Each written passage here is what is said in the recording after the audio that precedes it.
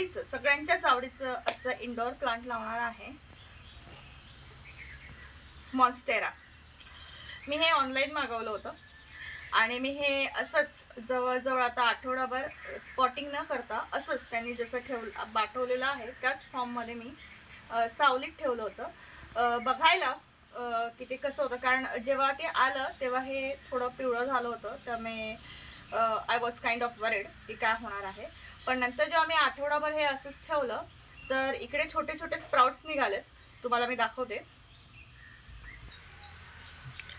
इकडे तुम्ही बघू शकता, इकडे हे छोटा स्प्राउट झालाय, इकडे हा छोटा स्प्राउट झालाय, इकडे आहे.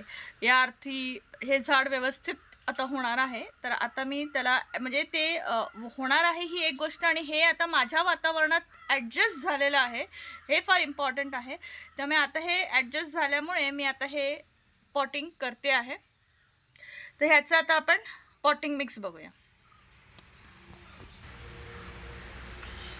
इंडोर प्लांट आहे त्याच्यामुळे ह्याचं पॉटिंग मिक्स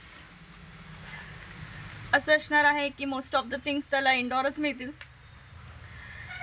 मी घेतलंय अर्धा कंटेनर आपली गार्डन सॉइल. आता हेच अर्धा कंटेनर घेऊन मी घेणार आहे आपला कोकोपीट. कोकोपीट ॲक्च्युली मी थोडं जास्त घेते आहे कारण याला वेल ड्रेनिंग सॉइल लागते, त्यामुळे मातीपेक्षा थोडं जास्त कोकोपीट घेतलं आहे मी. आणि ह्याच्यात मी जरा जास्तच प्रमाणात शेणखत घालणार आहे, म्हणजे पाऊंड कंटेनर शेणखत घालते. मिक्स करूया मस्तपैकी माती.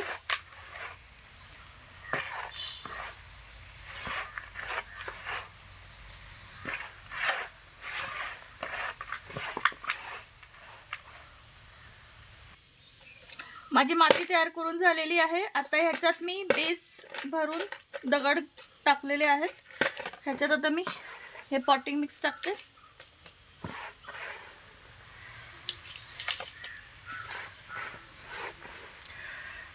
अजून माझं झाड जरा छोटंच आहे, तरी पण मी मोठं घेतलंय कारण मॉन्स्टेरा प्लांट तुम्ही सारखं सारखं रिपोर्टिंग नका करू. याच पॉटमध्ये जवळजवळ मी त्याला आता 1.5-2 वर्ष ठेवणार आहे, त्यामुळे मी जरा मोठंच घेतलंय.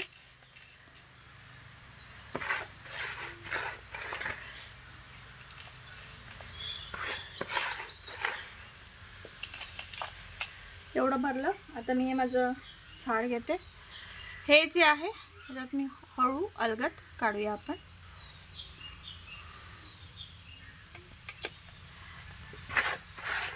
आणि ही आता बाकीची जागा मी पॉटिंग मिक्सने आपल्या भरते.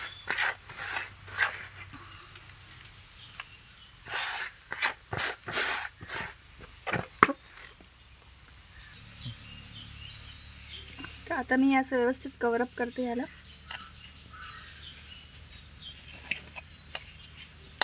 आता घालूया पाणी. पहिल्यांदा पाणी घालणार कधीही, ॲक्च्युली मी नेहमीच हे सांगत असते, जेव्हा मी पहिल्यांदा पाणी घालते तर व्यवस्थित पाणी घालायचं.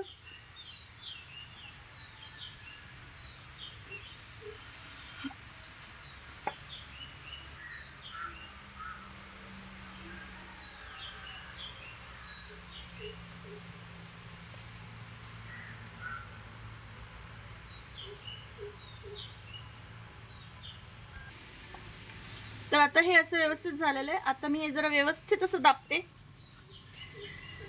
ओके, तर हे माझं मॉन्स्टेरा प्लांट पॉट करून झालेलं आहे. मॉन्स्टेरा प्लांट याला वास्तूच्या दृष्टीने खूप महत्त्व आहे. मॉन्स्टेरा प्लांट ह्याला प्रॉस्पॅरिटी, वेल्थ म्हणजे समृद्धी याचं प्रतीक मानलं जातं. आणि परत ते दिसतंही सुंदर.